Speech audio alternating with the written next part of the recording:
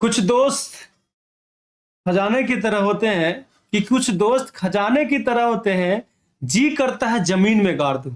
Hello दोस्तों, कैसे हो आप लोग? आई होप सब अच्छे होंगे। तो स्वागत है आपका हमारा YouTube channel matric game class 10 में। तो आज हम लोग बात करेंगे बिहार बोर्ड द्वारा प्रकाशित किया हुआ साइंस का यानी विज्ञान का मॉडल सेट के बारे में। चलिए देखिए, यहाँ पे विज्ञान आपका अनिवार्य विषय है। चलिए देखिए, इसमें कुल प्रश्नों की संख्या कितना है भाई? 110 है। ये कुल प्रश्नों की संख्या है। उसमें से 80 जो है वो आपका वस्तुनिष्ठ प्रश्न है। ठीक है, वस्तुनिष्ठ प्रश्न है। वस्तुनिष्ठ प्रश्न में अगर देखा जाए तो आपको कितना, तो सिर्फ और सिर्फ 40 प्रश्न का ही उत्तर देना है। इससे ज्यादा तेज नहीं बनिएगा, इससे ज्यादा दीजिएगा। अगर आप आंसर आता भी होगा तो भी आपको 40 नंबर ही मिलेगा। प्रत्येक क्वेश्चन पे 1 मार्क्स मिलेगा। ठीक है, प्रत्येक क्वेश्चन पे 1 मार्क्स मिलेगा। उसके बाद अगला बात कर ले 24। ये आपका है लघु उत्तरीय प्रश्न। लघु उत्तरीय प्रश्न है, उत्तरीय प्रश्न। इसमें से आपको बनाना सिर्फ है 12 क्वेश्चन को। लेकिन 12 क्वेश्चन कैसे बनाइएगा देखिएगा ध्यान से। आपको मैं बता दूं तो 8 क्वेश्चन आपको फिजिक्स, 8 क्वेश्चन यानी देखो 8 क्वेश्चन भौतिकी से रहेगा, 8 क्वेश्चन रसायन शास्त्र से रहेगा और 8 क्वेश्चन आपको जीव विज्ञान से रहेगा। तो आपको 4 क्वेश्चन इससे बनाना है भौतिकी से। ठीक है, 4 क्वेश्चन भौतिकी से बनाना है, 4 क्वेश्चन रसायन शास्त्र से बनाना है। ठीक है, और 4 क्वेश्चन आपको जीव विज्ञान से बनाना है। बात समझ में आ रहा है कि नहीं आ रहा? तो ये जीव विज्ञान से बनाना है। अब ये नहीं कर सकते हैं आप कि आपको 8 का क्वेश्चन इसमें आता है तो इसी में से 8 का 8 बना लीजिए। ठीक है, इसमें से 4 का बना लीजिए, कंप्लीट हो जाएगा 12। नहीं तो 12 में से किसका किसका हुआ? तो 4 आपका भौतिकी का, 4 क्वेश्चन आपको बनाना है जीव रसायन शास्त्र का, और 4 क्वेश्चन बनाना है आपको जीव विज्ञान का। बात समझ में आया? अगला हम लोग बात कर लेते हैं यहाँ पे। ठीक है, प्रत्येक के लिए 2-2 मार्क्स है। अब यहाँ पे देखो ध्यान से, 6 क्वेश्चन जो है ये आपका दीर्घ उत्तरीय है। ठीक है, दीर्घ उत्तरीय प्रश्न है। अब दीर्घ उत्तरीय प्रश्न में अगर देखिएगा तो आपको 6 प्रश्न दिया हुआ है। ठीक है, बनाना आपको 3 प्रश्न है। ठीक है, बनाना कितना है? 3 प्रश्न है। तो एक बनाइएगा फिजिक्स से।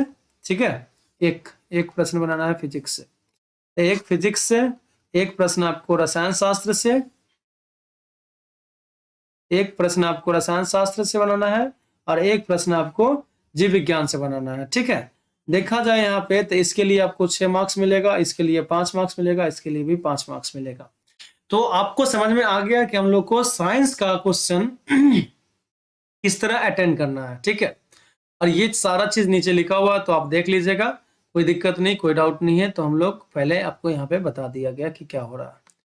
चलिए देखिए, अगर आपको विश्वास नहीं है तो यहाँ पे देखिए लिखा हुआ है 80 वस्तुनिष्ठ प्रश्न है जिसमें से 40 प्रश्न का ही उत्तर देना है। प्रत्येक प्रश्न के लिए 1 अंक निर्धारित किया गया है। यदि कोई भी परीक्षार्थी 40 से अधिक प्रश्नों का उत्तर देता है तो भी प्रथम 40 प्रश्न का ही उत्तर का मूल्यांकन होगा। इसके अलावा आप कितना भी तेज बन लीजिएगा, कुछ नहीं होने वाला है। ठीक है, अब आपको बोला गया है कि व्हाइटनर, तरल पदार्थ, ब्लेड, नाखून ये सब नहीं मारना, खासकर बकलुलिया सब। लड़की सब तो लोग तो नाखून उखून बरका रखती है, उसमें टिक नहीं मारना, जाके है नोच उच के उखाड़ दे कि गया, अन्यथा परिणाम, जो परीक्षा का परिणाम है वो अमान्य हो जाएगा। ठीक है, चलिए देखो, तो यहाँ पे अगला बात करेंगे खंड बी में जो लिखा हुआ है कि 24 लघु उत्तरीय प्रश्न है जिसमें से 8 प्रश्न आपको भौतिक शास्त्र से, 8 प्रश्न रसायन शास्त्र से एवं 8 प्रश्न जीव विज्ञान से पूछा जाएगा। प्रत्येक, ठीक है, प्रत्येक विषय में यानी भौतिक शास्त्र से, रसायन शास्त्र से और जीव विज्ञान से 4-4 प्रश्न बनाना है। ठीक है, 4-4 प्रश्न बनाना है, आपको उत्तर देना है। प्रत्येक के लिए 2 अंक निर्धारित किए गए हैं। इसके अतिरिक्त खंड में, ठीक है, इस खंड में 6 दीर्घ उत्तरीय प्रश्न है जिसमें से देखा जाए 2 प्रश्न भौतिक से रहेंगे, 2 प्रश्न आपको रसायन शास्त्र से रहेंगे, 2 प्रश्न जो आपका जीव विज्ञान से रहेगा। भौतिक शास्त्र के प्रत्येक दीर्घ उत्तरीय प्रश्न के लिए 6 अंक निर्धारित किया गया है और रसायन और जीव विज्ञान का जो प्रश्न रहेगा, ठीक है, उसके लिए 5-5 अंक आपको निर्धारित किया गया है। तो आपको तीनों में से 1-1 प्रश्न बनाना है, जो कि मैंने पहले ही आपको बता दिया है। ठीक है, चलिए अपना दिल थाम लीजिए, आगे चलते हैं। हमारा टमटम अपना हम लोग बढ़ाते हैं, चलते हैं। ठीक है, लिखा हुआ है कि गोलीय दर्पण के परावर्तक पृष्ठ की वृत्ताकार सीमा रेखा का व्यास क्या कहलाता है। चलिए चलिए एक गोलीय दर्पण बनाते हैं यहाँ पे। सपोज कीजिए एक गोलीय दर्पण ये हो गया, ठीक है, ये गोलीय दर्पण हो गया। गोलीय दर्पण में ये जो होता है ना, मान लीजिए एक प्लेट जैसा होता है, ठीक है। आप कभी कभी नारियल खाए होंगे, तो ऊपर का जो खपरी होता है नारियल का, वो जिस तरह से टूट के आएगा वो होता है उस तरह से। मान लीजिए तो यहाँ पे एक प्लेट जैसा आएगा, ये प्लेट जैसा आ गया। चलिए देखिएगा, तो ये प्लेट जैसा आ गया, और ये प्लेट जैसा आने के बाद यहाँ पे जो व्यास होता है, उस व्यास के बारे में बात कर रहे हैं, समझिएगा ध्यान से। यहाँ से यहाँ तक एक व्यास होता है, ठीक। इस व्यास को क्या बोलेंगे, तो इस व्यास को हम लोग बोलेंगे द्वारक, ठीक है। देखो ध्यान से, ये व्यास है और इस व्यास को क्या बोला जाएगा, गोलीय दर्पण का द्वारक बोला जाएगा। तो यही आपका द्वारक है, आप ध्यान से देखिएगा। तो ऑप्शन नंबर डी आपका सही जवाब है। तो आगे चले हम लोग, चलते हम लोग अपने टमटम को आगे बढ़ाते हैं। क्वेश्चन नंबर 2 में बनाना पड़ेगा, सही से ध्यान से समझना पड़ेगा। निम्न में से किस दर्पण के फोकस दूरी धनात्मक होते हैं। आप लोग को याद होगा यहाँ पे अगर बताया गया था, तो दर्पण, पहले जो दर्पण होता है, एक होता है आपका गोलीय दर्पण, ठीक है, गोलीय दर्पण हो जाएगा। दूसरा हो जाएगा आपका समतल दर्पण। तो समतल दर्पण का तब भाई फोकस समझ में करते हैं कैसा होगा सो, ठीक है।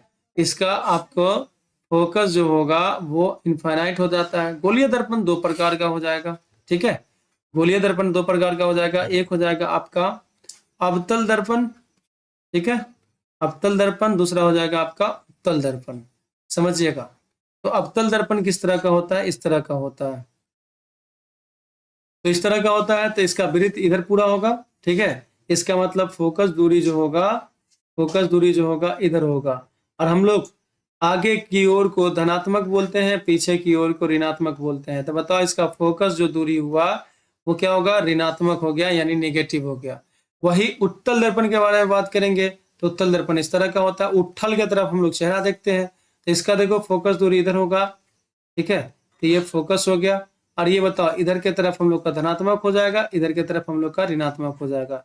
तो ये आपका धनात्मक यानी एफ जो है इसमें पॉजिटिव आया, धनात्मक आया। तो बोल रहा निम्न में से किस दर्पण की फोकस दूरी धनात्मक होती है।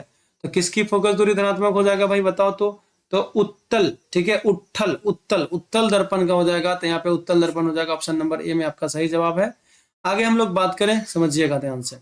मैं कुछ कुछ एक्सप्लेन करते चलता हूं, अगर आपको लगता है कि एक्सप्लेनेशन आपको आता है तो आप स्पीड करके देख सकते हैं, कोई दिक्कत नहीं है। किस वर्ण रंग का तरंग दैर्घ्य सबसे बड़ा होता है, ठीक है।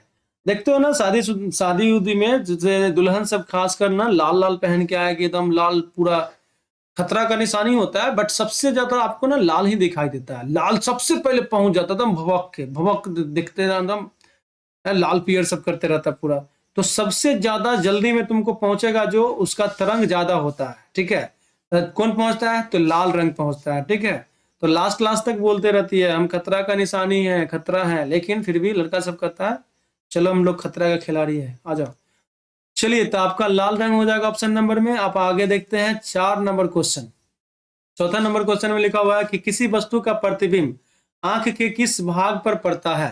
तो भाई आंख तो जानवे करते हो, है ना, तरह से आंख है कि नहीं, आंख है कि आलू का फांक है। ये आंख का मान लीजिए आंख का ये आपका संरचना हो गया एक तरह से, ठीक है। ये थोड़ा सा निकला हुआ है, इसको हम लोग रेटिना बोलते हैं, ठीक है। रेटिना नहीं बोलेंगे इसको कॉर्निया बोलते हैं, सॉरी। रेटिना तो पीछे होता है, पिछोरा में। यहाँ पे जो होता है ना, जहाँ पे पिक्चर बनेगा, ये पिक्चर जहाँ पे बन रहा है ये रेटिना होता है, रेटिना होता है। पुतली इसके बीच में होता है, ठीक है। आगे जो रहता है ना भाग, उसको हम लोग बोलते हैं कॉर्निया। क्या बोलते हैं, कॉर्निया। समझ में आ रहा है कि नहीं, तो कॉर्निया है, समझिएगा। इसके बीच में जो रहता है ना करिया काला काला जो रहता है आंख में आपका, उसके बीच में ना छेद रहता है, उसको हम लोग पुतली बोलते हैं। तो पुतली पता चल गया। तो आपका पिक्चर कहाँ पे बनेगा, तो ये देखो ध्यान से, किसी वस्तु का प्रतिबिंब आंख के किस भाग पर पड़ता है, तो रेटिना पे पड़ता है। तो ऑप्शन नंबर ए आपका सही जवाब है। तो हम लोग अपना टमटम आगे बढ़ाएं, चले आगे ध्यान से। चलिए देखिए, तो भाई आंख में थोड़ा सा ज्यादा नहीं तो फिर आंसू आने लगेंगे। समझ में आ रहा है कि नहीं आ रहा, आंसू से कहते हैं कि जिसे हमसे मिलना है वो मुझ में उतर के देखे, ये तो हंसता हुआ चेहरा दुनिया के लिए है। चलिए तो हम लोग आगे बात करते हैं अगला क्वेश्चन। क्वेश्चन नंबर 5 में यहाँ पे आपका ऑप्शन रहा था, तो ऑप्शन तो आपका एक ही सही हो गया, तो हो गया ना, छोड़ो ना। निम्नलिखित में किस माध्यम में प्रकाश की चाल सबसे अधिक होगी? अच्छा बताओ, तुमको अगर हम दौड़ाएं तो हवा में दौड़ाएं और पानी में दौड़ाएं, किसमें ज्यादा स्पीड में दौड़ोगे? हवा में। तो जहां पे कम अणु रहता है, ठीक है, माध्यम का टकराने के लिए, वहां पे हम लोग ज्यादा स्पीड में चलते हैं, तो भाई प्रकाश के लिए बदल जाएगा क्या? इसके लिए भी तो कंडीशन वही रहेगा।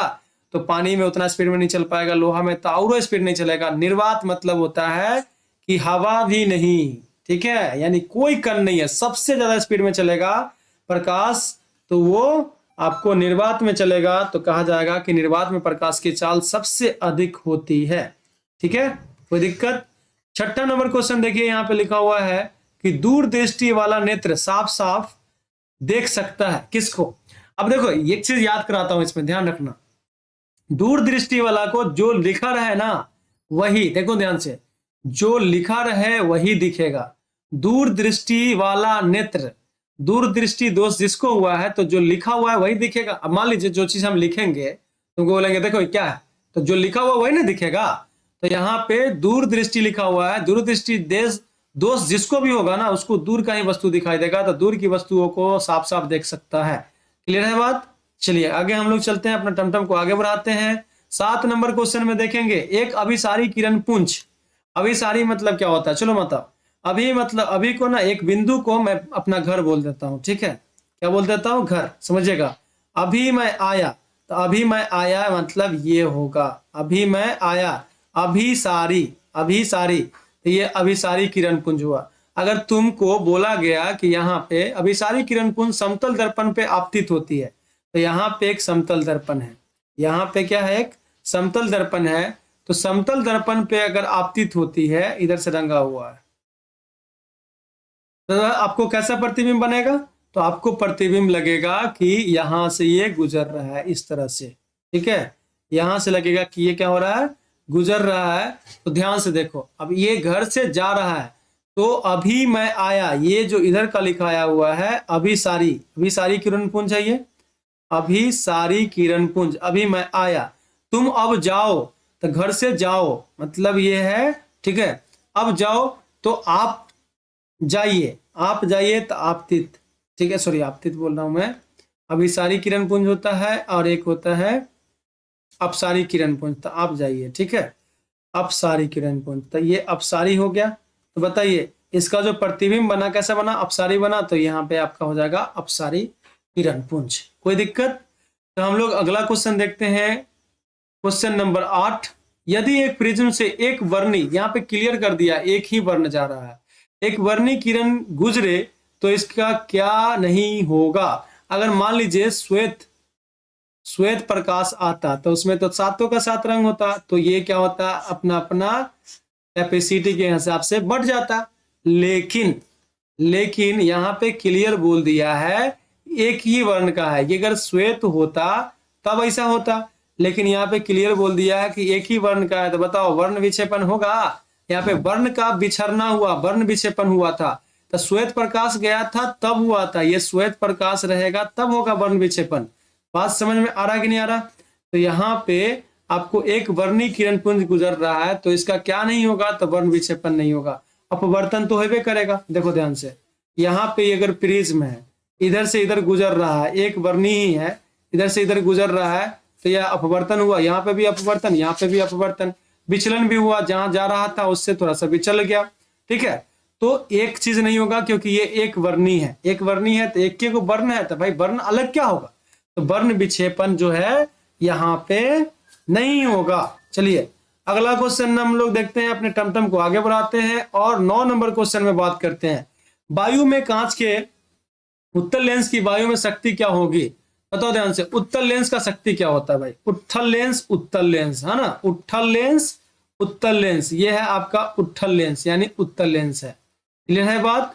ये आपका है उत्तल लेंस यानी उत्तल लेंस।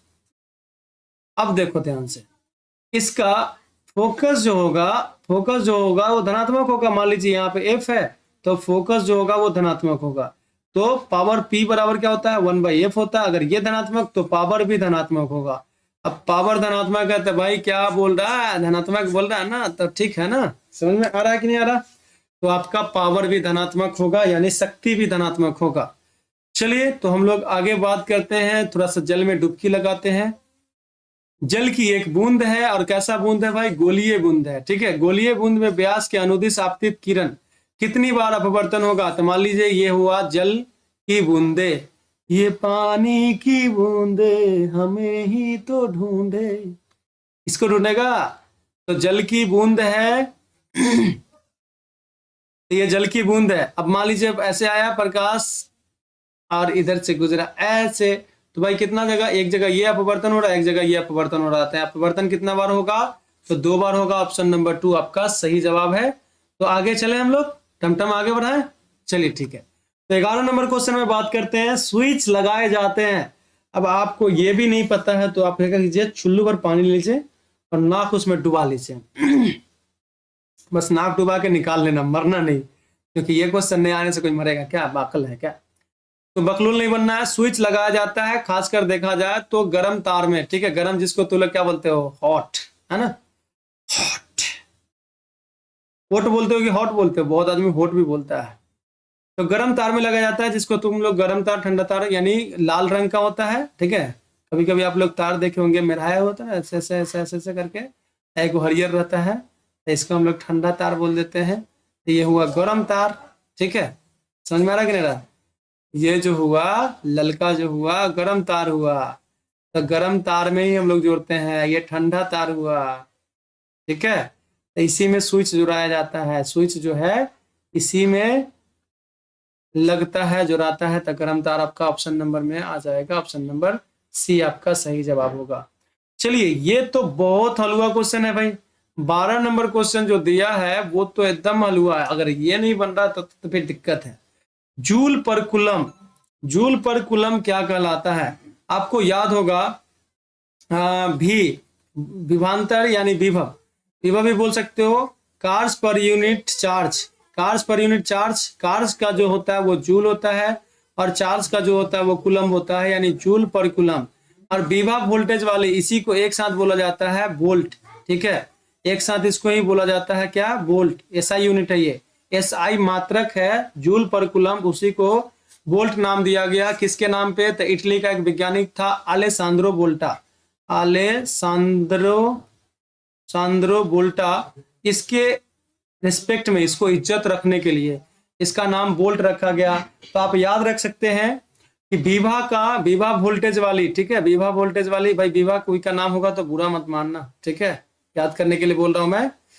तो यहाँ पे वोल्ट हो जाएगा, जूल पर कूलम को वोल्ट कहा जाता है। ये हो गया। कोई दिक्कत, कोई परेशानी अगर है भी तो मैं क्या कर सकता हूँ, ठंडा का मौसम है, रजाई में दुबक के पढ़ो।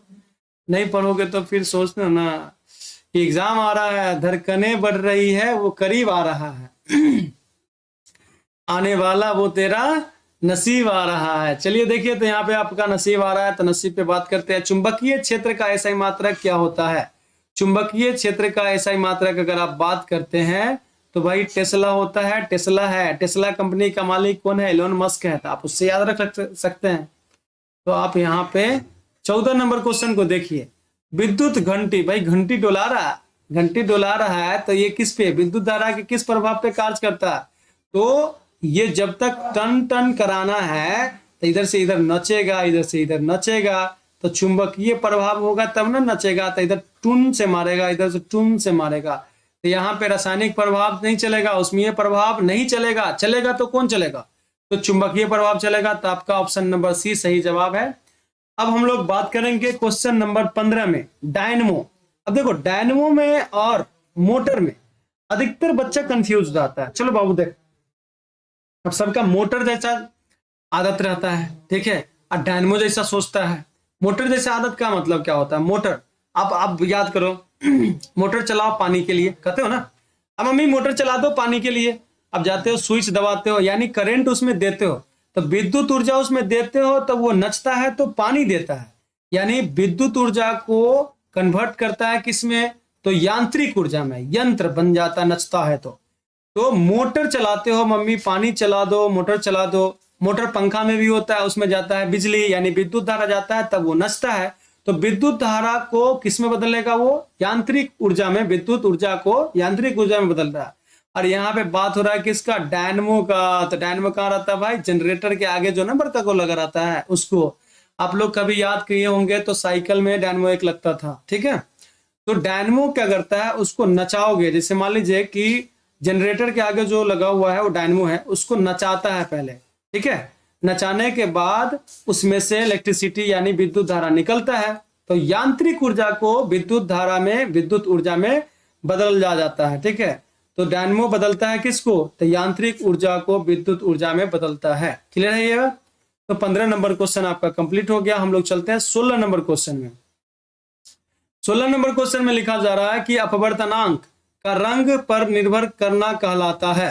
अपवर्तनांक का रंग पे निर्भर करना कहलाता है। रंग के आधार पे भाई यहाँ पे क्या होगा? बिछड़ेगा। अब तुमसे बिछड़ के जिंदा है जान बहुत शर्मिंदा है, क्या करोगे? तो यहाँ पे वर्ण विक्षेपण होगा। वर्ण विक्षेपण अपवर्तनांक के रंग पर, अपवर्तनांक को मैं पावर बोलता हूं, उसके रंग पे निर्भर कर रहा है, तो निर्भर करके कहलाएगा क्या? तो वर्ण विक्षेपण कहलाएगा। चलिए आगे हम लोग बात करें थोड़ा सा 17 नंबर क्वेश्चन में। भाई मोटर कार है इसके पास, हम लोग अभी टमटम ही चला रहे हैं, कैसे चलेगा? I don't like this, I don't like टमटम। ये बहुत धीरे धीरे चलता है, मन करता है टमटम में से घोड़ा निकाल ले और स्पीड में चला है, बट क्या करे, धीरे धीरे भी चलना चाहिए। एक मोटर कार के पश्चदर्शी, भाई पश्चदर्शी कभी कभी तुम लोग देखते हो ना, आगे आईना में देखते रहते हो, हाँ बहुत खचरा सब है। तो आईना में जो देखते रहते हो उसी आईना को कहा जाता है पश्चदर्शी, पीछे देखते रहते हो, है ना।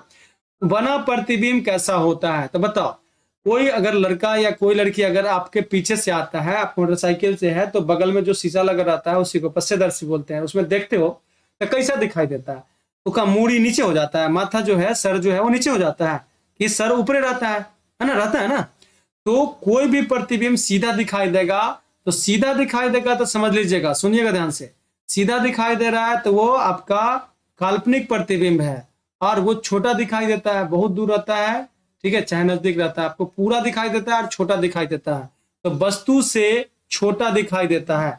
और एक चीज और मैं क्लियर कर दूं यहाँ पे, काल्पनिक प्रतिबिंब जिसको आभासी भी कहा जाता है, तो आभासी प्रतिबिंब भी बोल सकते हैं। क्लियर है बात? तो ये आभासी प्रतिबिंब हुआ। 17 नंबर क्वेश्चन कंप्लीट हो गया आपका। हम लोग आप बात करेंगे 18 नंबर क्वेश्चन में। लिखा हुआ है कि एक विद्युत सेल से धारा प्राप्त करने पर, ठीक है, एक विद्युत सेल, सेल मतलब वही बैटरी समझ लीजिए, से धारा प्राप्त करने पर इसके सिरों के बीच विभवांतर का मान हो जाता है। सिरों के बीच विभवांतर का मान जो हो जाता है वो कितना होता है भाई? तो विद्युत वाहक बल से कम हो जाता है। विद्युत वाहक बल से कम हो जाता है। तो यहाँ पे देखो कैसे होगा, जैसे मान लीजिए कि यहाँ पे एक रेजिस्टेंस लगा दिए, ठीक है, यहाँ पे स्विच लगाना है तो स्विच लगा दीजिए, कोई दिक्कत नहीं है। यहाँ पे सेल लगा दिए, ठीक है, सेल मतलब वही बैटरी समझ लो। तो ये पॉजिटिव टर्मिनल, ये नेगेटिव टर्मिनल। यहाँ पे ना इसका इंटरनल रेजिस्टेंस होता है, इंटरनल रेजिस्टेंस जिसको प्रतिरोध कहते हैं हम लोग, यहाँ पे लगा दिए। और ये बल्ब लगा हुआ समझ लो, तो कैपिटल आर। तो इसके बीच में मान लीजिए विभवांतर स्थापित हुआ भी, ठीक है, विभवांतर क्या स्थापित हुआ? भी हुआ। तो इसको अगर, और ये ई जो है ना, इसी को कहा जाता है विद्युत वाहक बल, इसी को कहा जाता है विद्युत वाहक बल, ठीक है। तो ये विद्युत वाहक बल है। अब इसको अगर किरचॉफ्स लॉ से लिखे, हम लोग 12th के हिसाब से बात कर ले थोड़ा सा, तो कैसे होगा? इधर से करंट जा रहा है आई, ठीक है, इधर से करंट जा रहा है आई, तो आई ये भी है, तो यहाँ पे भी तो लिखेंगे, तो भी लिख दिए, और plus I R, I into small R, यहाँ से ऐसे आएगा, ठीक है। अब ये पहले माइनस टर्मिनल छुआ ना, तो ये माइनस ई हो जाएगा, तो माइनस ई इधर होगा तो उधर जाएगा तो प्लस ई हो जाएगा। तो विद्युत वाहक बल ये है।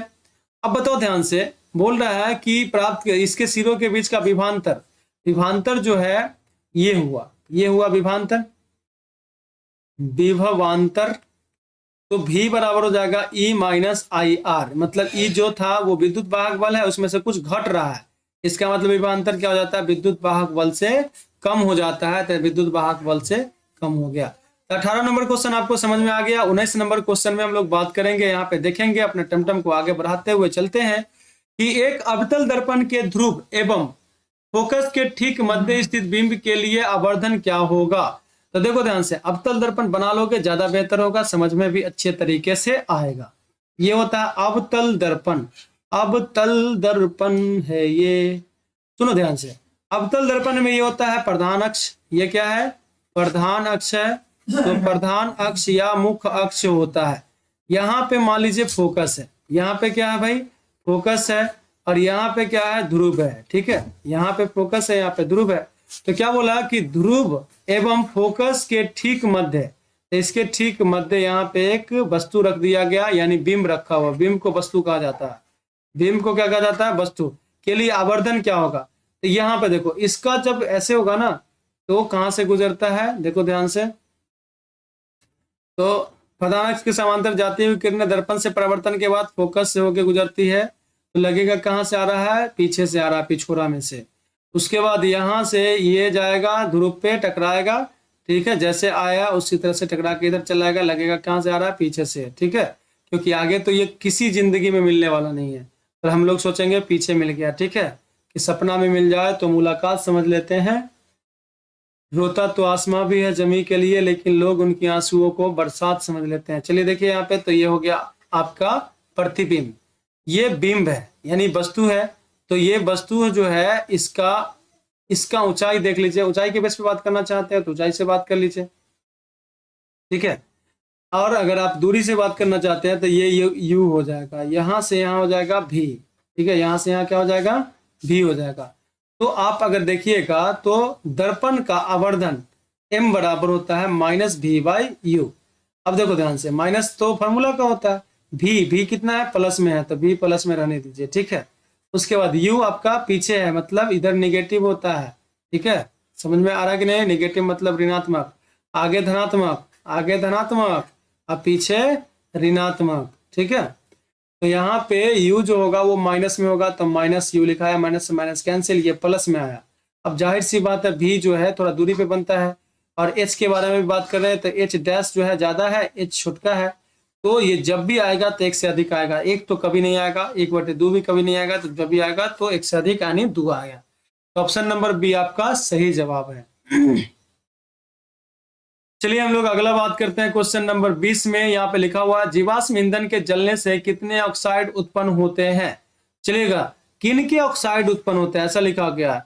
अगर आप देखिएगा तो जीवाश्म ईंधन यानी कोई भी जीव के, जैसे मान लीजिए लकड़ी हुआ, ठीक है, या गोबर गैस, ये सब जो हुआ, तो यहां से अगर आप बात कीजिएगा तो जीवाश्म ईंधन के जलने से, ठीक है, किसका कौन चीज उत्पन्न होता है? तो आप देखिएगा सल्फर भी उत्पन्न होता है, ठीक है, नाइट्रोजन भी उत्पन्न होता है, और कार्बन भी उत्पन्न होता है। मतलब हो जाएगा इनमें से सभी, इनमें से सभी। समझ में आ रहा है कि नहीं?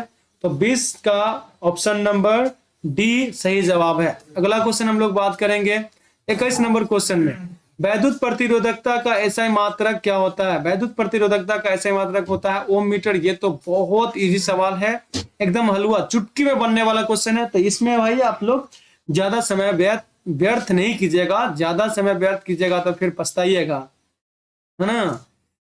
तो यहाँ पे लिखा हुआ है कि चुंबकीय फ्लक्स में परिवर्तन के दर का एसआई मात्रक क्या होता है? चुंबकीय फ्लक्स में परिवर्तन के दर का एसआई मात्रक जो होता है वो वेबर होता है। ऑप्शन नंबर सी सही जवाब। वेबर ने, बेवड़ा नहीं बोलना, वेबर बोलना, ठीक है। वेबर देबर क्या है यार। चलिए अगला क्वेश्चन है 23 नंबर क्वेश्चन में हम लोग बात करेंगे। यहाँ पे लिखा हुआ है समांग माध्यम, समांग माध्यम में से प्रकाश गमन करता है। अगर भाई हर जगह तुमको सेम आदमी मिल रहा है, तो अगर जो चीज यहाँ पे फेस करना पड़ेगा वही आगे फेस करना पड़ेगा, वही आगे फेस करना पड़ेगा। मतलब प्रकाश जो चलेगा वो एक सरल रेखा में चलेगा। तो ऑप्शन नंबर डी सही जवाब है, ठीक है। समांग मतलब क्या? हर जगह सेम इंसान मिलना, ठीक है। तो हर जगह सेम कण मिलेगा, तो प्रकाश जो है वो एक सरल रेखा में गमन करेगा। तो यहाँ पे हो जाएगा सरल रेखा में, सही ऑप्शन डी। चलिए हम लोग अगला बात करेंगे 23 नंबर क्वेश्चन के बाद 24 नंबर क्वेश्चन में, यदि एक प्रिज्म से एक वर्णी किरण गुजरे तो इसका नहीं होगा क्या? भाई फिर से वही सवाल, वर्ण विक्षेपण नहीं होगा। प्रिज्म है और प्रिज्म से, सुनिएगा ध्यान से, प्रिज्म है और प्रिज्म से एक वर्णी वर्ण, एक वर्णी किरण गुजर रहा है, मतलब एक ही वर्ण है उसमें, तो उसका एक ही वर्ण है तो बिछड़ेगा क्या वर्ण से, है ना। हम लोग खुद से क्या बिछड़ पाते हैं, खुद से खुद बिछड़ जाएंगे क्या, नहीं बिछड़ेंगे। तो यहाँ पे क्या हो रहा है, वर्ण विक्षेपण हो जाएगा। क्लियर है बात, यही चीज इसमें नहीं होगा, यही चीज इसमें नहीं होगा कि वर्ण विक्षेपण नहीं होगा। ये तो बहुत हलवा सवाल है, ये सीधा याद करने वाला है, याद कीजिए, टिक मारिए। बोल रहा है कि प्रत्येक इलेक्ट्रॉन पर ऋणात्मक आवेश होता है, तो यहाँ पर ऋणात्मक ऑलरेडी बोल दिया है, तो सिर्फ आपको मैग्नीट्यूड देखना है, मतलब उसका परिमाण देखना है। तो 1.6 इंटू 10⁻⁻19 कूलम्ब होता है, यही होता है आपका इलेक्ट्रॉन का आवेश। ठीक है, इलेक्ट्रॉन का आवेश होता है 1.6 × 10⁻⁻19 कूलम्ब। चलिए आगे हम लोग बात करेंगे, आपको कुछ कुछ चीज हम याद कराने में भी विश्वास करते हैं, तो विश्वास को कायम रखते हैं। एक घोल नीले लिटमस पत्र को लाल कर देता है। नीला अंबर से एक चीज याद रखना, नीला अंबर या अंबर नीला, ठीक है। तो यहाँ पे देखो ध्यान से, नी से नीला, ला से लाल, तो नीला से लाल कर देगा वो कौन होगा, अ से अम्ल होगा। ठीक है, तो नीला से लाल कर देगा, तो नीले लिटमस पत्र को लाल कर देता है तो कौन होगा, वो अम्ल होगा। और अम्ल का पीएच मान जो होता है वो 7 से कम होता है। तो यहाँ पे आप देखिए 7 से कम कौन है, तो ऑप्शन नंबर ए में है। आपका 2 इंतजार कर रहा था, आपकी इंतजार की घड़ी समाप्त हुई, तो ऑप्शन नंबर ए सही जवाब है। चलिए हम लोग बात करते हैं 27। ये तो हलवा सवाल है, एकदम पूछ रहा है कि लोहे की परमाणु संख्या क्या होगी। लोहा क्या होता है भाई, तो देखो लोहा जो होता है उसको हम लोग Fe से संकेत करते हैं, उसकी परमाणु संख्या 26 होती है। तो आपको अगला पेज में लिखा हुआ है 26 कहीं पे, ऑप्शन नंबर बी आपका सही जवाब है। सल्फर परमाणु की 12वीं कक्षा में इलेक्ट्रॉन की संख्या कितनी होती है, आपको इलेक्ट्रॉनिक विन्यास आता होगा, ठीक है। तो सल्फर का परमाणु संख्या होता है 16, सल्फर की परमाणु संख्या 16 होता है, 2 8 10 और 6 16। 12वीं कक्ष में इलेक्ट्रॉन की संख्या कितना है, देखो ये 12वीं कक्ष हुआ, ये देखो KLM, समझ में आ रहा है कि नहीं रहा। तो ये 12वीं कक्ष हुआ, अगर आपको ये नहीं आता है तो इसको आपको देखना पड़ेगा, समझना पड़ेगा कि इलेक्ट्रॉनिक विन्यास क्या होता है। तो आपका 12वीं कक्ष में इलेक्ट्रॉन 6 आ जाएगा, ठीक है। समझ में आ रहा है कि नहीं आ रहा। 29 नंबर क्वेश्चन में हम लोग बात करते हैं, यहाँ पे लिखा हुआ है कि एल्युमिनियम पर मोटी ऑक्साइड की परत बनने की प्रक्रिया कहलाती है। ये तो एकदम हलवा सवाल है, एनोडीकरण कहलाता है। क्या कहलाता है, एनोडीकरण कहलाता है। कौन सा कार्बन यौगिक सबसे अधिक क्रियाशील है, कौन सा कार्बनिक यौगिक, कार्बन यौगिक लिखा हुआ है, ये एक्चुअली कार्बनिक यौगिक भी बोल सकते हो, कोई दिक्कत है नहीं। अधिक अभिक्रियाशील कौन होगा, तो देखो ध्यान से, ये तो आपका सिंगल बॉन्ड वाला है, संतृप्त हाइड्रोकार्बन, ठीक है। 2 दूना 4 ये आपका है असंतृप्त हाइड्रोकार्बन। 3 दूना 6 2 8 ये भी हो जाएगा आपका संतृप्त हाइड्रोकार्बन, प्रोपेन है। 2 दूना 4 2 6 ये भी हो जाएगा आपका इथेन है। तो ये मीथेन है, सुनिएगा ध्यान से, ये मीथेन है, ये आपका इथेन है, एथेन लिख देते हैं, ठीक है। और ये आपका प्रोपेन है, प्रोपेन। ये जितना भी अभी लिखे वो सब का सब संतृप्त हाइड्रोकार्बन है। संतृप्त हाइड्रोकार्बन मतलब सिंगल बॉन्ड वाला। और ये जो है ये है आपका इथीन, ठीक है। तो यहाँ पे एथीन लिख देते हैं। और एथीन जो होता है इसको हम लोग असंतृप्त बोलेंगे, असंतृप्त हाइड्रोकार्बन, हाइड्रोकार्बन है। इसमें डबल बॉन्ड होता है, यानी पाई बॉन्ड होता है, सी सी डबल बॉन्ड, यहाँ पे एगो H होता है, यहाँ पे H होता है, यहाँ पे भी H होता है, यहाँ पे भी H होता है, ठीक है। इसको हम लोग बोलते हैं पाई बॉन्ड। क्या बोलते हैं, पाई बंधन।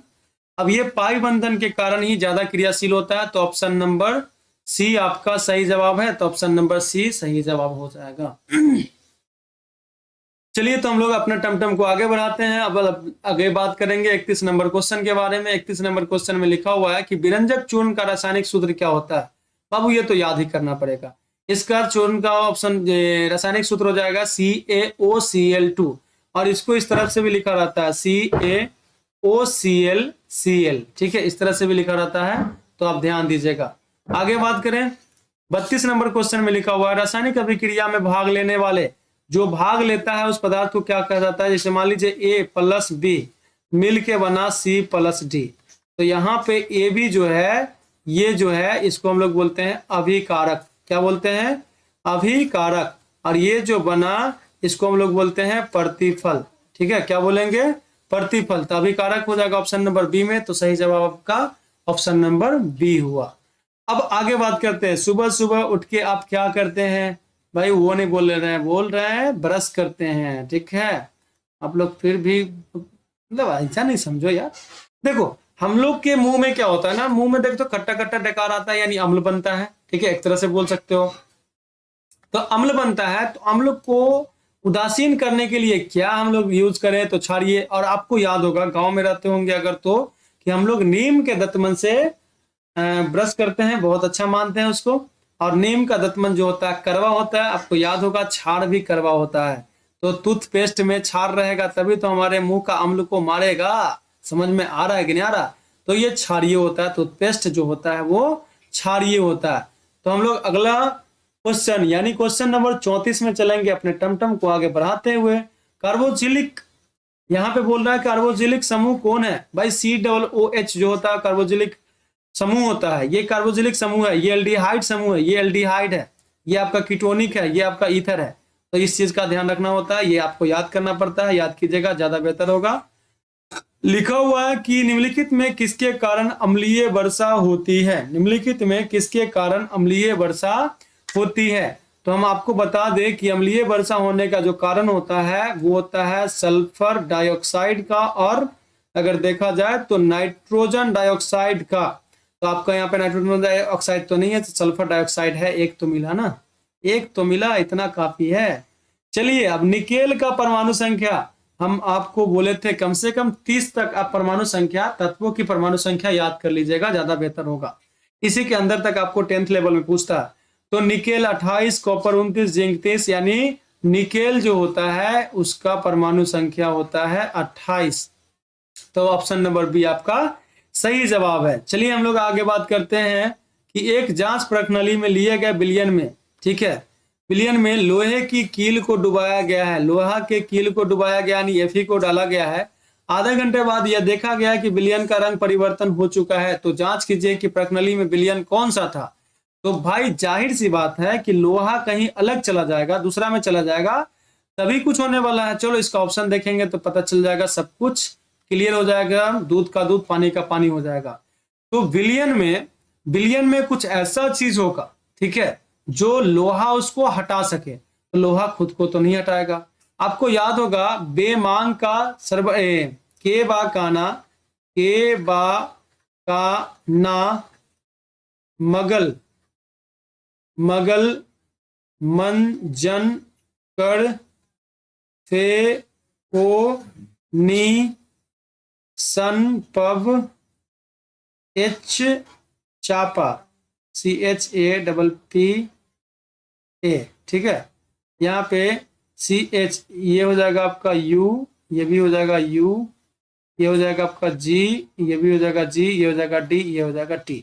चलो देखो ये जो है ना क्रियाशीलता के आधार पर लिखा हुआ है। ऊपर जितना जाएंगे क्रियाशीलता बढ़ते जाएगा, क्रियाशीलता बढ़ते जाएगा, समझिएगा ध्यान से। तो यहाँ पे किसको हटा सकता है, फेरस किधर है भाई, ये इसको डुबाया गया, ये जिसको हटा के जिसके पास चला जाएगा। तो यहाँ पे देखो तो ध्यान से, इससे इस किसको हटा सकता है, तो अधिक क्रियाशील को तो नहीं हटा सकता। तो यहाँ पे देखो ZnSO4 लिखा हुआ है, Zn इसके ऊपर है, Fe के ऊपर Zn है। कहाँ गया Zn, देखो देखो Zn, तो Zn को नहीं हटा सकता है क्योंकि अधिक क्रियाशील है।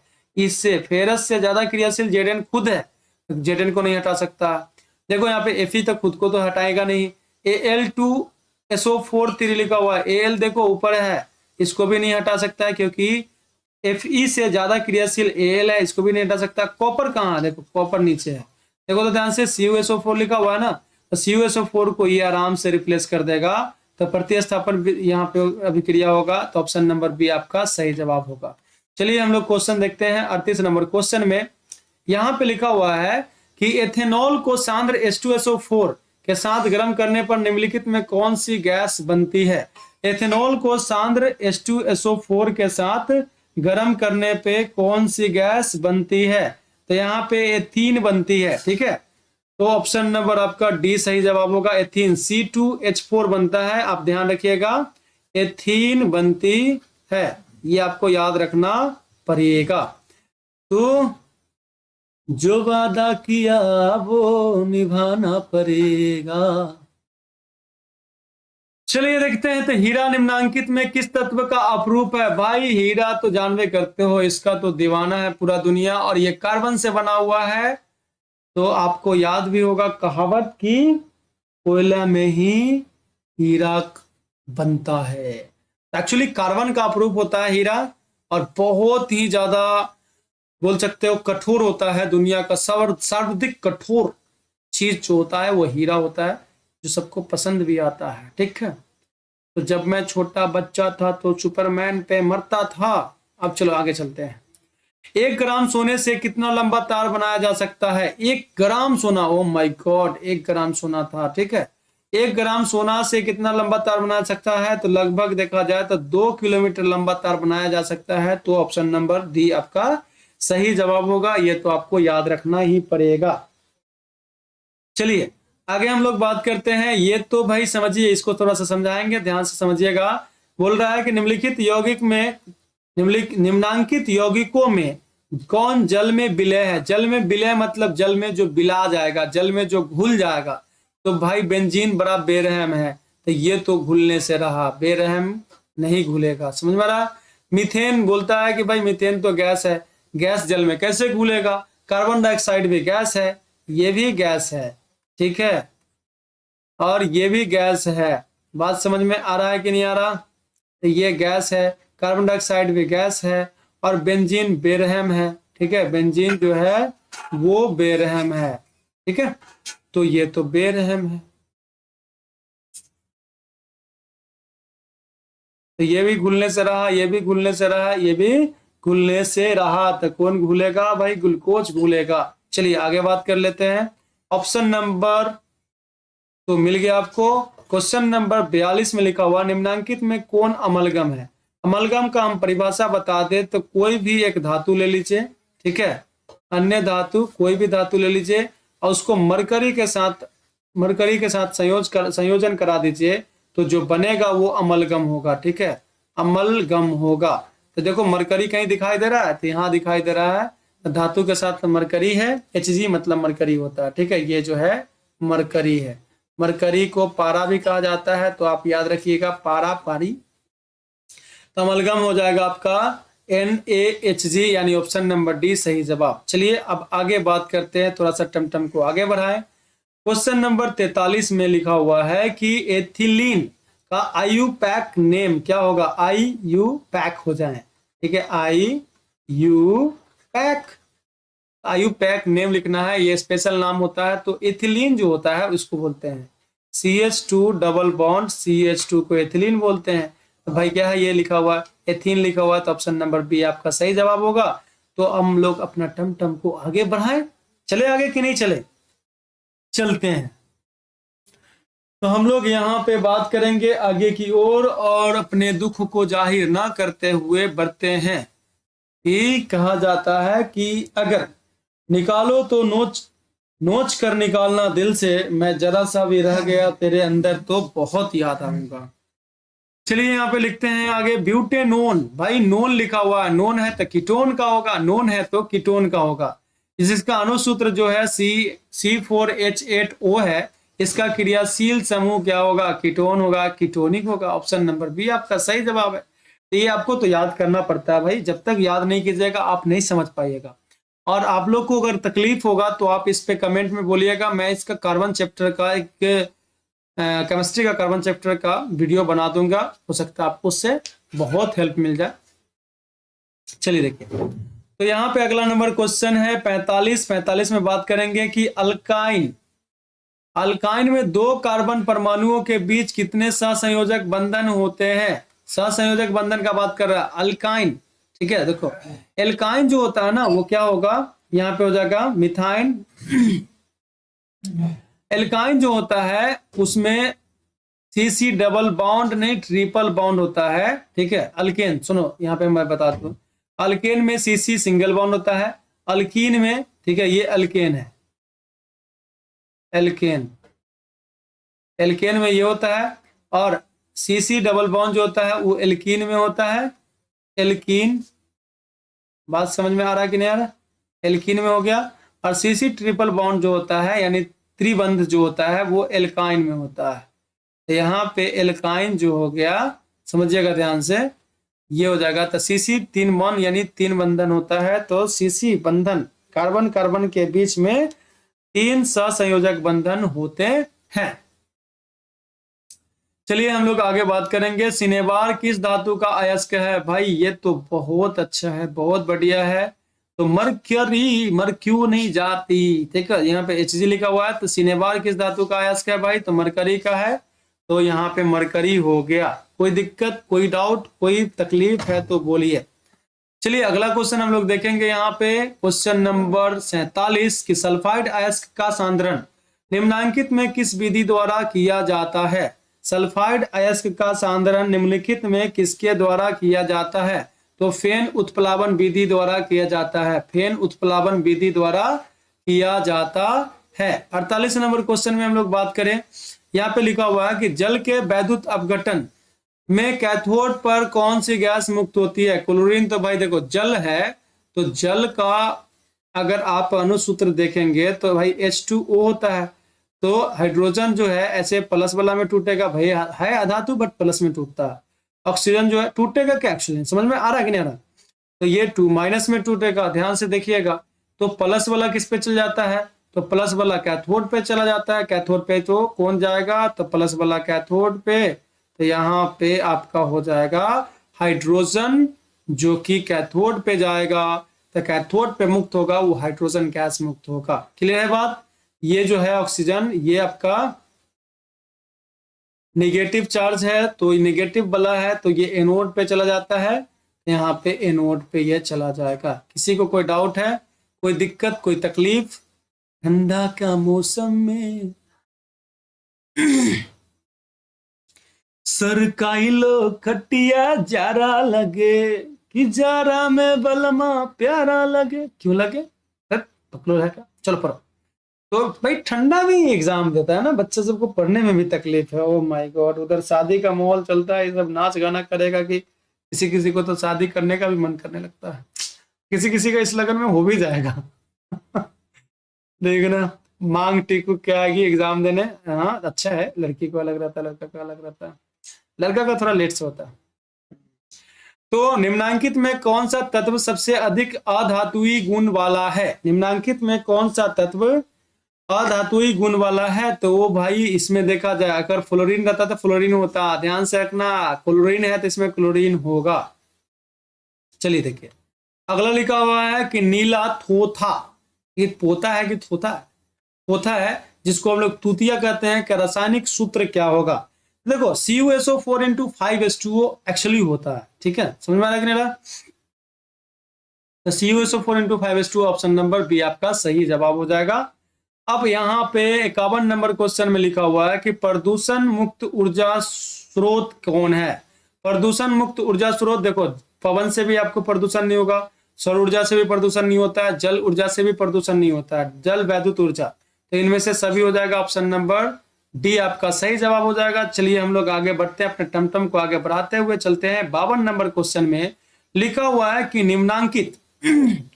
निम्नांकित में किस हाइड्रोकार्बन में कार्बन कार्बन परमाणुओं के बीच 3 आबंध होगा? तो भाई ये किस में होता है 3 आबंध? तो होता है एल्काइन में। एल्काइन का अणुसूत्र जो होता है वो क्या होता है? तो CnH2n-2 होता है। यानी देखो यहाँ पे 3 दूना 6 2 8, तो एल्केन हो जाएगा। ये एल्केन है, ये नहीं होगा। 3 दूना 6, 6 में से 2 घट जाएगा, ठीक है। 3 दूना 6, 6 में से 2 घट जाएगा तो 4, यानी ऑप्शन नंबर आपका बी सही जवाब है। क्योंकि देखो 2 दूना 4 तो 6, ये भी एल्केन हो जाएगा। CH4 तो ये भी एल्केन है। तो आपका अल्काइन जो है वो कौन है? तो यही है बी। 3 दूना 6 में से 2 घट गया, देखो यहाँ पे है ना, समझ में आ रहा है कि नहीं रहा? तो इस बेस पे आ रहा है 3, तो यहाँ पे 3 डालो, 3 दूना 6 में से 2 घट गया तो 4, ये है। एल्काइन में जो होता है वो CC ट्रिपल बंधन यानी 3 बंधन, त्रिबंधीय होता है, 3 आबंध होता है।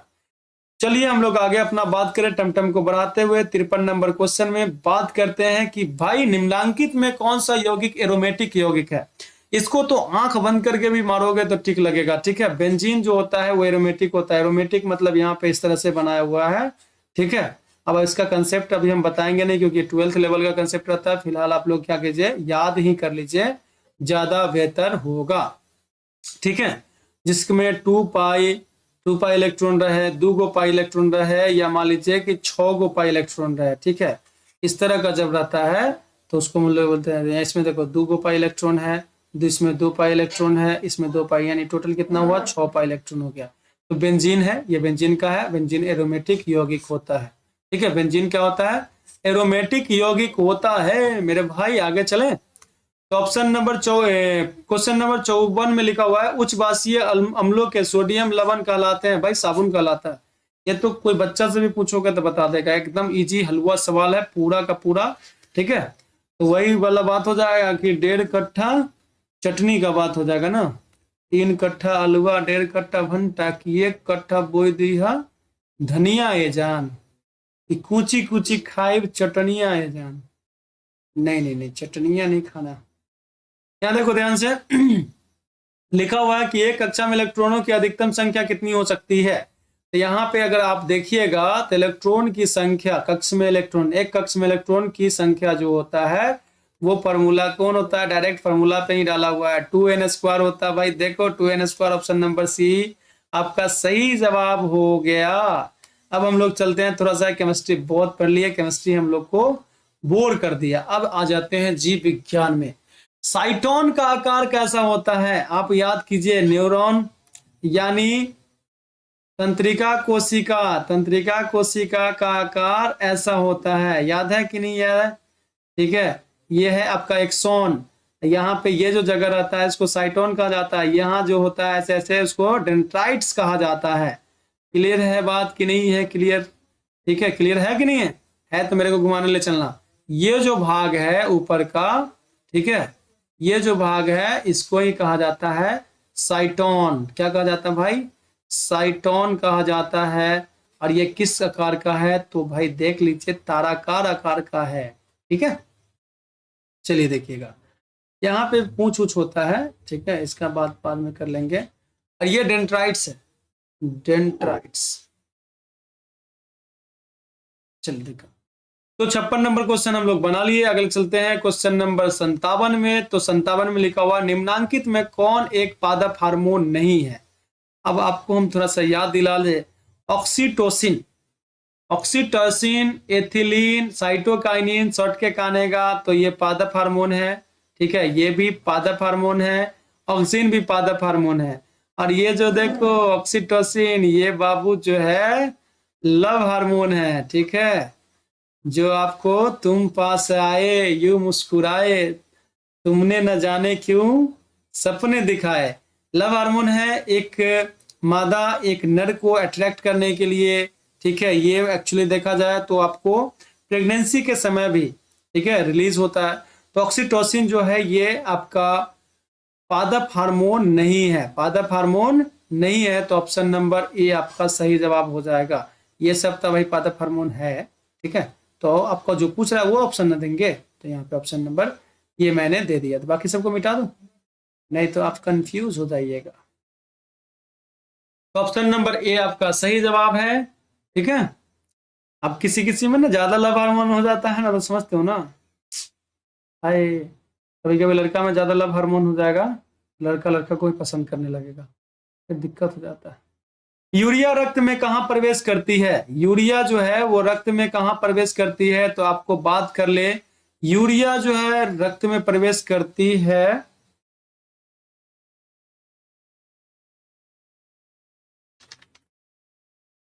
इसका थोड़ा डाउट है यार। हाँ हाँ ठीक है, यकृत में प्रवेश करती है, लीवर जिसको बोलते हैं हम लोग। ठीक है, लीवर जिसको बोलते हैं इसमें प्रवेश करती है। ठीक है, तो अगला क्वेश्चन हम लोग देखेंगे 59 नंबर क्वेश्चन है। अपने टमटम को थोड़ा सा और स्पीड कर ले। मेरा तो मन करता है ना कि टमटम में से घोड़ा खोल के उसी पे चढ़ के और मारे घोड़ा को चाबुक और दौड़ा दे कस के। दौड़ा दे क्या, चलो दौड़ाते हैं। तो यहाँ पे लिखा हुआ है कि निम्नांकित यानी निम्नलिखित में कौन किसी परिस्थितिक तंत्र का एक जैव घटक हो सकता है। तो भाई जैव घटक कवक में हो सकता है ना, कवक के अलावा कौन है, कौन जिंदा है, बताओ बताओ कौन जिंदा है, मैं नहीं तो कौन बे। चलो देखो, तो ये कवक हो जाएगा, कवक बोल रहा है, मैं नहीं बोल रहा हूं, मेरे को नहीं मत बोलना। मेरे को नहीं बोलना मेरे भाई। चल देखो, नर युग्मक और मादा युग्मक के संयोजन से कोई तो मिला, चलो कोई को तो मिला दो। तो यहाँ पे नर युग्मक, ठीक है, जिसको हम लोग बोलते हैं शुक्राणु यानी स्पर्म, मादा युग्मक यानी बोलते हैं अंडा, ये अंडा देगी, और ये है शुक्राणु, ठीक है। दोनों जाके मिलेगा तो बनेगा जाइगोट, और जाइगोट को ही युग्मनज कहा जाता है, युग्मनज, ठीक है। और कुछ दिन के बाद ये एम्ब्रियो बनता है, ठीक है, जिसको हिंदी में भ्रूण कहते हैं।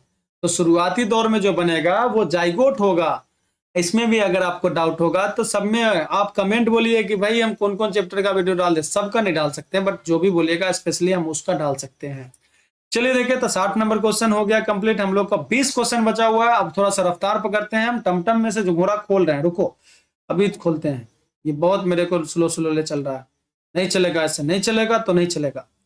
अब यहाँ पे लिखते हैं 61 नंबर क्वेश्चन है कि पादप अपशिष्ट संचित रहते हैं। पादप का अपशिष्ट मतलब कि जो खराब खराब चीज है, अपशिष्ट पदार्थ है, वो कहाँ कहाँ संचित रहता है? कोशिकीय रिक्तिकाओं में भी रहता है, पत्तियों में भी रहता है, छाल में भी रहता है। इसका मतलब इनमें से सही सभी में रहेगा, यानी क्वेश्चन नंबर 61 का ऑप्शन नंबर डी सही जवाब हुआ। सामान्य अनुशीतलन रक्त दाब होता है। अनुशीतलन सुनिएगा ध्यान से, सामान्य अनुशीतलन के बारे में अगर हम बात करते हैं तो ये दाब होता है आपका 80 mm, ठीक है।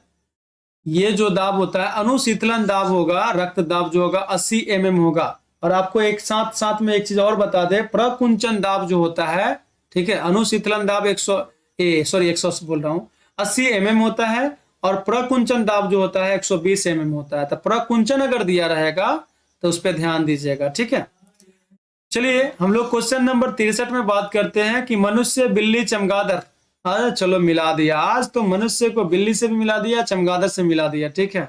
चमगादड़ जैसा भी कोई कोई होता है यार, बहुत ज्यादा फेयर लवली लगा लगा के परी बन जाती है, चमगादड़ से परी। सॉरी मैं मजाक कर रहा हूँ, बस दिल पे नहीं लेना, कोई दिल पे लोगे तो बड़ा दिक्कत हो जाएगा। समझ में आ रहा कि नहीं रहा?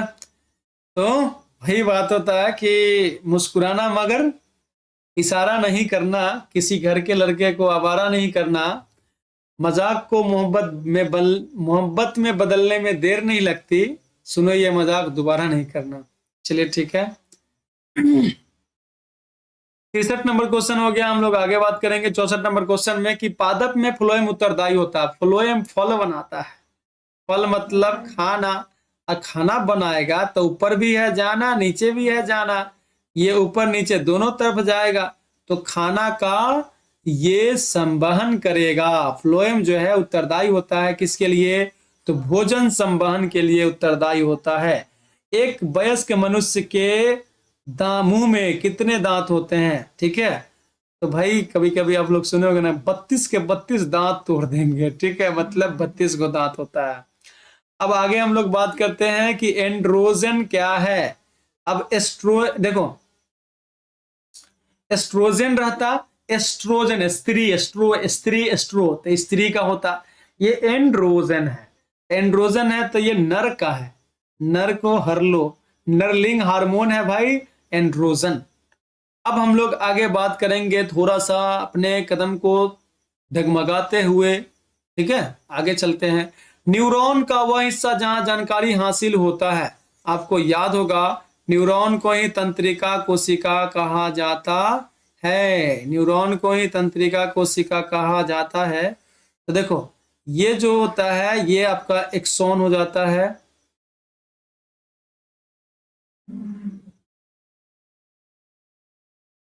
ये जो होगा ये एक्सॉन हो जाएगा। यहाँ पे जो रहता है इसी से, ठीक है, इससे आपको समाचार यानी बोल सकते हो जानकारी हासिल होता है, ठीक है। और जानकारी को भेजा किससे जाता है? तो एक्सॉन से भेजा जाता है। ये एक्सॉन है, एक्सॉन से जानकारी भेजा जाता है, और जानकारी यहाँ पे रिलीज मतलब कि ग्रहण होता है, हासिल होता है। तो इसको हम लोग बोलते हैं डेंड्राइट्स। क्या बोलते हैं? डेंड्राइट्स, ठीक है, डेंड्राइट्स बोलते हैं। यहाँ पे ट्राइट्स होगा, ऐसे होगा। तो ऑप्शन नंबर डेंड्राइट्स कहाँ पे है भाई? खोजो खोजो खोजो, डेंड्राइट्स, ठीक है, सही था, लिखे थे, सही लिखे थे, सही लिखे थे। चलिए 68 नंबर क्वेश्चन हम लोग बात करते हैं, अनुवांशिकता का सिद्धांत किसने दिया था? अनुवांशिकता का सिद्धांत के बारे में अगर हम बात करते हैं तो ग्रेगर जॉन मेंडल ने दिया था, ये तो आपको याद करना है। इसमें क्या समझाना? प्रकाश संश्लेषण की प्रकाश अभिक्रिया निर्भर करती है जल पर, सूरज की रोशनी पर, क्लोरोफिल पर, इनमें से सभी पर। ये तो पिछले बार भी पूछा हुआ था, ठीक है, एकदम हलवा सवाल है। अब ये नहीं बना तो क्या करो, सच में पानी ले लो, चुल्लू भर और डूब के मरो, ठीक है, इसके लिए मर सकते हो, ये कोई बड़ी बात नहीं है। गुर्दे में उत्पादित मूत्र मूत्राशय में जाता है। भाई गुर्दा में जो मूत्र उत्पादित होता है वो मूत्राशय में किसके जाएगा? मूत्र मार्ग जो होता है वो बाहर निकालता है, जो बाहर रहता है ना आपका लड़का का मूत्र मार्ग, लड़का का भी मूत्र मार्ग हो सकता है, लड़की का भी होता है, तो बाहर की तरफ खुलता है। तो आपको मूत्राशय में जो जाएगा, सुनिएगा ध्यान से, मूत्राशय तो यहीं पे होता है, इसके आगे मूत्र मार्ग होता है, तो इससे जो आएगा ना, इससे जो आता है ये मूत्राशय में जमा हो जाएगा, मूत्राशय में। तो ये जो आता है वो मूत्र वाहिनी से आता है, तो मूत्र वाहिनी आपका सही जवाब होगा, ठीक है। ये मूत्राशय यहाँ, मूत्र मार्ग यहाँ है, ये मूत्र मार्ग है। अब पूरा भी डिटेल से नहीं बताऊंगा मैं, समझ में आ गया होगा तो अच्छी बात, नहीं आया तो भी कोई बात नहीं, आगे चलो। ऑप्शन नंबर बी आपका सही जवाब हुआ। 71 नंबर क्वेश्चन में बात करते हैं, रक्त क्या है? आपको याद होगा रक्त जो है सबसे मिलके जाता है, संयोजी उत्तक होता है, तो उत्तक हो जाएगा रक्त आपका। चलिए अगला क्वेश्चन है 72 नंबर में लिखा हुआ है कि फूल में नर प्रजनन अंग क्या है? तो फूल में नर प्रजनन अंग जो होता है, वर्तिका, वर्तिकाग्र, अंडाशय, ये सब आपका नारी का होता है। प से पुरुष और प से पुंकेसर, याद रखना, ठीक है, भूलना नहीं। भूल न जाना पिया मैंने तुझको ये दिल दे दिया, तुम लोग को याद करने के लिए बोल रहे हैं, ठीक है। द ओरिजिन ऑफ स्पीसीज इनके द्वारा, किनके द्वारा लिखे गई है? तो यहाँ पे हो जाएगा आपका आपका आपका चार्ल्स डार्विन। 73 नंबर क्वेश्चन में अगर आप देखेंगे तो चार्ल्स डार्विन है, ठीक है, चार्ल्स डार्विन होगा। चलिए देखिए 74 नंबर क्वेश्चन में बात करते हैं कि मानव आहार नाल का सबसे लंबा भाग क्या होता है? सबसे लंबा भाग जो होता है वो होता है छोटी आंत। किधर है भाई? इधर है। तो कहां था तू? हाँ, इतना देर से ढूंढ रहा है तो तुम इधर घूम रहा। निम्न में से कौन मादा जनन तंत्र का भाग नहीं है? भाग नहीं है, मादा जनन तंत्र का भाग नहीं। गर्भाशय भाई मादा में होता है, शुक्रवाहिका, शुक्राशय देखो यहाँ पे शुक्राणु को ढो के ले जाने वाला होता है शुक्रवाहिका, ये नर में होता है। डिम्बाइनी ये आपका महिला का होता है, अंडाशय भी महिला का होता है। तो शुक्रवाहिका, शुक्र है कि आप नर से नारी बने हैं। चलो देखो शुक्रवाहिका जो हो जाएगा ये आपका नर जनन अंग का एक भाग है, तो ये हो जाएगा। अगला क्वेश्चन हम लोग देखेंगे 76 नंबर क्वेश्चन है कि किस जीव में हीमोग्लोबिन नहीं होता है? भाई इस जीव में हीमोग्लोबिन नहीं होगा तो जितना भी पक्षी बोल रहा हूं, सॉरी, मक्खी होता है, कॉकरोच होता है, कीड़ा मकोड़ा, ठीक है, वो उसमें देखा जाए तो हीमोग्लोबिन नहीं होता है, ठीक है। कभी कभी तुम लोग देखो तिलचट्टा अगर पलंग उलंग से निकलता है, छिपा जाता है तो उज्जला उजला निकलता है, ठीक है, लाल नहीं निकलता है। अगर हीमोग्लोबिन होता है तो उसका खून लाल हो जाता है। ऐसा नहीं कि खून नहीं है, खून है बट लाल नहीं दिखाई दे रहा है क्योंकि हीमोग्लोबिन नहीं है। चलिए देखिए अब हम लोग आगे बात करेंगे। क्वेश्चन नंबर 77 में लिखा हुआ है कि मनुष्य में श्वेत रक्त कोशिकाओं, ठीक है, मनुष्य में श्वेत रक्त कोशिकाओं यानी WBC, श्वेत रक्त कोशिकाओं यानी WBC का जीवन अवधि कितने दिनों का होता है? तो 12 से 20 दिनों का होता है। तो ये आपका सही जवाब हो गया ऑप्शन नंबर डी में। चलिए हम लोग आगे बात करते हैं 77 के बाद 78 नंबर क्वेश्चन कि प्रसिद्ध पुस्तक द माइक्रोग्राफिया किनके द्वारा लिखी गई थी? रॉबर्ट हुक के द्वारा लिखा गया था। बाबू ये तो भाई हलवा है, हलवा है, नहीं खाइएगा तो फिर दिक्कत है। चलिए पौधे और पशुओं की कोशिकाओं का वैज्ञानिक अध्ययन क्या कहलाता है? तो कोशिका विज्ञान कहलाता है। कोशिका विज्ञान हो गया आपका सबसे लास्ट क्वेश्चन है ऑब्जेक्टिव का। चलिए थोड़ा सा स्वाहा करते हैं कि पौधों में भोजन किस रूप में जमा होता है? तो बाबू स्टार्च के रूप में जमा होता है। तो आपका ऑब्जेक्टिव क्वेश्चन यहाँ पे खत्म हो गया। अगर आपको सब्जेक्टिव क्वेश्चन भी चाहिए तो प्लीज कमेंट करके बोलिएगा, तभी होगा, नहीं तो फिर नहीं होगा। चलिए, thank you so much. I hope आप लोग को अच्छा लगा होगा। अच्छा लगा तो प्लीज कमेंट करके बताना जरूर।